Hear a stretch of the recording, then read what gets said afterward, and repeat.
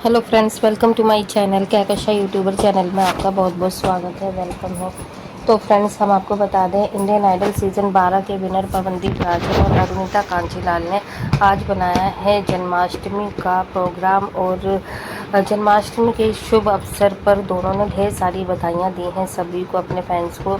Specially अगर हम बात करें यहाँ पर अरुणिता की, तो अरुणिता ने कुछ फ़ोटोज़ भी अपने सोशल मीडिया पे अपडेट किया है। तो चलिए दोस्तों, पूरी खबर हम आपको आगे बताते हैं कि आखिर पवनदीप राजन के कॉन्सर्ट को कितना टाइम बचा है और क्या क्या तैयारियां चल रही हैं। तो पूरी खबर जानने के लिए आपने अभी तक चैनल को सब्सक्राइब नहीं करा है, सब्सक्राइब कर लें और बेल आइकन भी ज़रूर दबा दें ताकि अगली नोटिफिकेशन आपको सबसे पहले मिले। तो दोस्तों, जैसा कि हम सभी को पता है, इंडियन आइडल सीज़न 12 के विनर पवनदीप राजन का कल कॉन्सर्ट होना है और रायपुर में, जिसकी बहुत ज़्यादा मतलब तैयारियां चल रही हैं और बेसब्री से सभी को इंतज़ार हो रहा है।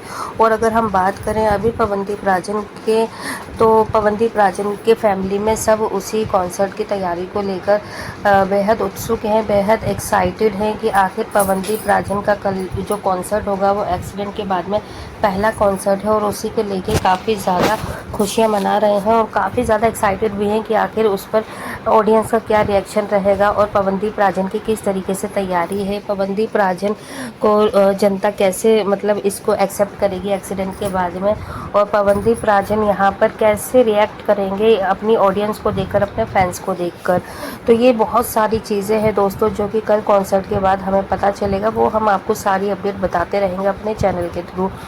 लेकिन दोस्तों, अगर हम बात करें जन्माष्टमी के शुभ अवसर की, तो जन्माष्टमी के इस अवसर पर भी सभी लोग बेहद एक्साइटेड हैं, बेहद प्यार दे रहे हैं पवनदीप को, अरुणिता को। और यहाँ पे अरुणिता ने भी अपने फैंस के लिए बहुत ही प्यारी इमेज अपलोड करी है अपने सोशल मीडिया अकाउंट पे, जिसमें कि वो मोर का पंख लिए बैठी हैं और बहुत ही ज़्यादा खूबसूरत लग रही हैं, जैसे कि वो हर बार लगती हैं, हर गाने में लगती हैं, हर पोस्ट में लगती हैं। उसी तरीके से इस बार भी जन्माष्टमी के इस अवसर पर बहुत ज़्यादा खूबसूरत लगी है वो।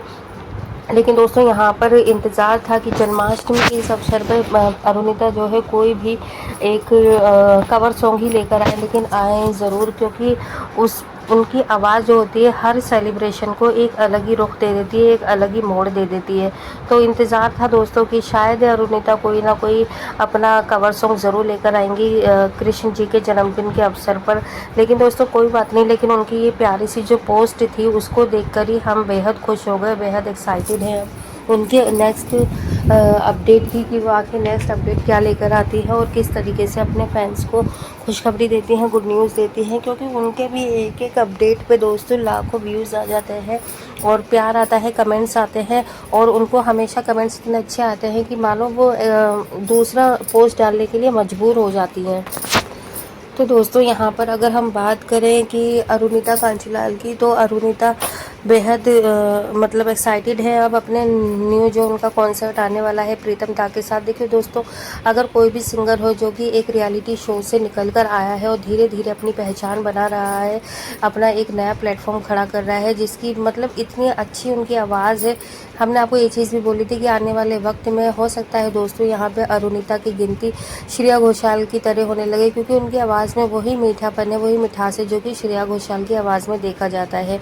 इनफैक्ट अगर हम बात करें कि कुछ कुछ गाने तो वो अगर श्रेया घोषाल की गाती हैं तो ऐसा लगता है कि मानो ओरिजिनल से भी ज़्यादा बेहतर गा रही हैं वो।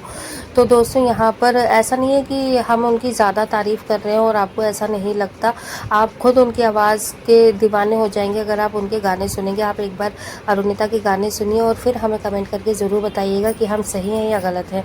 और अगर हम बात करें दोस्तों अरुणिता और उनके पेहू की, जो उनकी मैनेजमेंट की जो उनकी दोस्ती चल रही थी, मैनेजर थी वो, तो अब कहाँ तक है वो। तो दोस्तों देखिए, अब तो कुछ भी नहीं है इन दोनों के बीच में, और अब मुझे तो ऐसा लगता है कि अब तो हाय हेलो तक भी नहीं है इन दोनों के बीच में, क्योंकि जब से अरुणिता ने अपना दूसरा मैनेजर अपॉइंट करा है तो पीहू का कुछ भी आता पता नहीं है। लेकिन पर्सनली अगर हम बात करें दोस्तों, यहाँ पर देखो, पीहू का जो भी मेन मकसद था अरुणिता और पवनदीप को अलग करना, वो उनका कंप्लीट हो चुका है। और शायद पीहू को कुछ पर्सनली प्रॉब्लम थी पवन जी से, इसलिए उन्होंने पवन को अलग कर दिया और कुछ ना कुछ मिसअंडरस्टैंडिंग क्रिएट करती चली गई, जिससे कि दोनों के बीच में इतनी ज़्यादा गहमा गहमी हो गई है कि दोनों पर्सनल रिलेशन तो छोड़िए, प्रोफेशनल रिलेशनशिप भी शायद ही नहीं रखना चाहते। इसलिए तो देखिए पवनदीप का जब एक्सीडेंट हुआ तो वो मिलने तक नहीं आई, और जबकि इनकी दोस्ती इनकी गहरी इतनी ज़्यादा थी कि दोनों एक दूसरे के साथ में बहुत ज़्यादा टाइम स्पेंड किया करते थे, एक दूसरे के साथ में कॉन्सर्ट करते थे, और अब तो एक दूसरे के लिए बधाई भी नहीं देते हैं। अब जैसे आप देखिए कि कल एक्सीडेंट के बाद में पहला कॉन्सर्ट होने जा रहा है पवनदीप राजन का, तो एज अ फ्रेंड क्या होता है कि आप उन्हें बेस्ट ऑफ लक करें, विश करें और उन्हें एक नई शुरुआत की, नई जर्नी की उन्हें मुबारकबाद दें, तो ये होती है। और एक उनके लिए अच्छा सा पोस्ट डालें तो हम समझेंगे दोस्तों कि हाँ वो पूरी तरीके से फ्रेंडशिप निभा रही हैं। तो इसी चीज़ से देख के पता चलता है कि अरुणिता को बिल्कुल भी दिलचस्पी नहीं है कि पवनदीप क्या कर रहे हैं और क्या नहीं कर रहे, कौन सा कॉन्सर्ट कर रहे हैं, कौन सा सॉन्ग आ रहा है, कौन सी फिल्म में गाना गा रहे हैं। तो इसी तरीके से दोस्तों यहाँ पे पवनदीप का भी यही हाल है कि पवनदीप भी अरुणिता के किसी भी पोस्ट पे कोई भी रिएक्शन नहीं देते हैं। जैसे कि अरुणिता ने जब चॉकलेट पाई वैली कंपनी को छोड़ा तो उन्होंने भी उस पर कोई भी रिएक्शन नहीं दिया, और शायद यही सारी चीज़ें अरुणिता को बुरी लगती हैं कि जब एज अ फ्रेंड थे वो, एक फ्रेंड थे एक टाइम में बहुत अच्छे, और जब अरुणिता को वैली कंपनी से प्रॉब्लम्स हो रही थी या फिर उनको कुछ ज़्यादा तवज्जो नहीं मिल रही थी वैली कंपनी में, तो यहाँ पे पवनदीप राजन ने कोई भी एक्शन नहीं लिया और ना ही किसी भी तरीके से बात करी। और जबकि जो वैली कंपनी है चॉकलेट पाई भाई, तो वो क्या करते हैं पवनदीप के ज़्यादा बेस्ट फ्रेंड में आते हैं, और फिर कहते हैं ना कि एक मेल टू मेल ज़्यादा टच रहता है मेल टू फीमेल से अकॉर्डिंग। तो यहाँ पे पवनदीप का और उनका काफ़ी अच्छा गहरा दोस्ताना भी है और प्रोफेशनल रिश्ता तो है ही है। तो शायद यहाँ पे अरुणिता को ये सारी चीज़ें बहुत ज़्यादा खलती हैं और उन्होंने ये दूरियां बना दी, जबकि कहते हैं ना कि ताली एक हाथ से नहीं बजती है, दोनों तरफ से ही ये प्रॉब्लम हुई है। अगर दोनों ही एक दूसरों की बातों को, प्रोफेशनल रिश्ते को भी अगर बढ़ाते और इन सारी जो भी छोटी मोटी कमियां हैं अगर इन पर गौर करते, तो शायद इनका रिश्ता आज ख़त्म नहीं होता। और ख़त्म तो छोड़िए, आज की डेट में तो ख़त्म इतना ज़्यादा हो चुका है, तो देखिए मरने जीने तक के जो कहते हैं ना कि हमने अपना रिश्ता ख़त्म कर दिया, चाहे कोई मरे या जिए।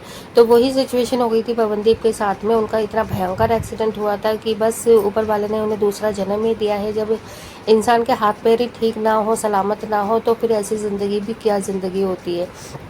तो वही चीज़ थी दोस्तों, जब उनके हाथ पैर ही टूट गए, जब आप उनने तभी नहीं किया, तो फिर अब क्या ही कुछ हो जाएगा। अब तो चाहे कुछ भी उलट पुलट हो जाए, पवनदीप और उनकी फैमिली, हमें नहीं लगता दोस्तों अब अरुणिता के साथ में कोई भी रिश्ता रखेंगी। बाकी देखिए लाइफ बहुत बड़ी होती है, इंसान का टाइम टू टाइम कहते हैं ना माइंड भी चेंज होता रहता है। धीरे धीरे सारे जो भी गिले शिकवे होते हैं इंसान भूलता ही चला जाता है कि क्या हुआ है हमारे साथ और किसने क्या करा है। ये टाइम टाइम की बात होती है, आने वाले टाइम में अगर वो इन सारी चीज़ों को इग्नोर कर दें तो बात अलग है, लेकिन अभी हाल फिलहाल में तो लगता नहीं है कि इग्नोर मतलब करा है या मतलब करेंगे। और अगर पर्सनली कोई मतलब पोस्ट वगैरह या मैसेजेस वगैरह एक दूसरे ने किए हों तो वो बात अलग है दोस्तों, लेकिन सोशली यहाँ पर कोई भी अपडेट नहीं आया है किसी भी चीज़ को लेकर। इसलिए हम तो यही कहेंगे कि आने वाले टाइम में दोनों एक दूसरे के साथ में अभी तक तो कोई काम नहीं कर रहे हैं। और जैसे कि पवनदीप राजन का अभी यहाँ पर कॉन्सर्ट है कल, तो उसकी भी कोई भी शुभकामना नहीं दी है। हालांकि यहाँ पे अरुणिता ने अपने कोई पोस्ट वगैरह तो अपडेट कर दिया है जन्माष्टमी से रिलेटेड, लेकिन कोई भी बेस्ट ऑफ लक विश नहीं करा है। और फ़ोन कॉल पे तो मुझे नहीं लगता कि इन दोनों की कोई भी बात हुई होगी।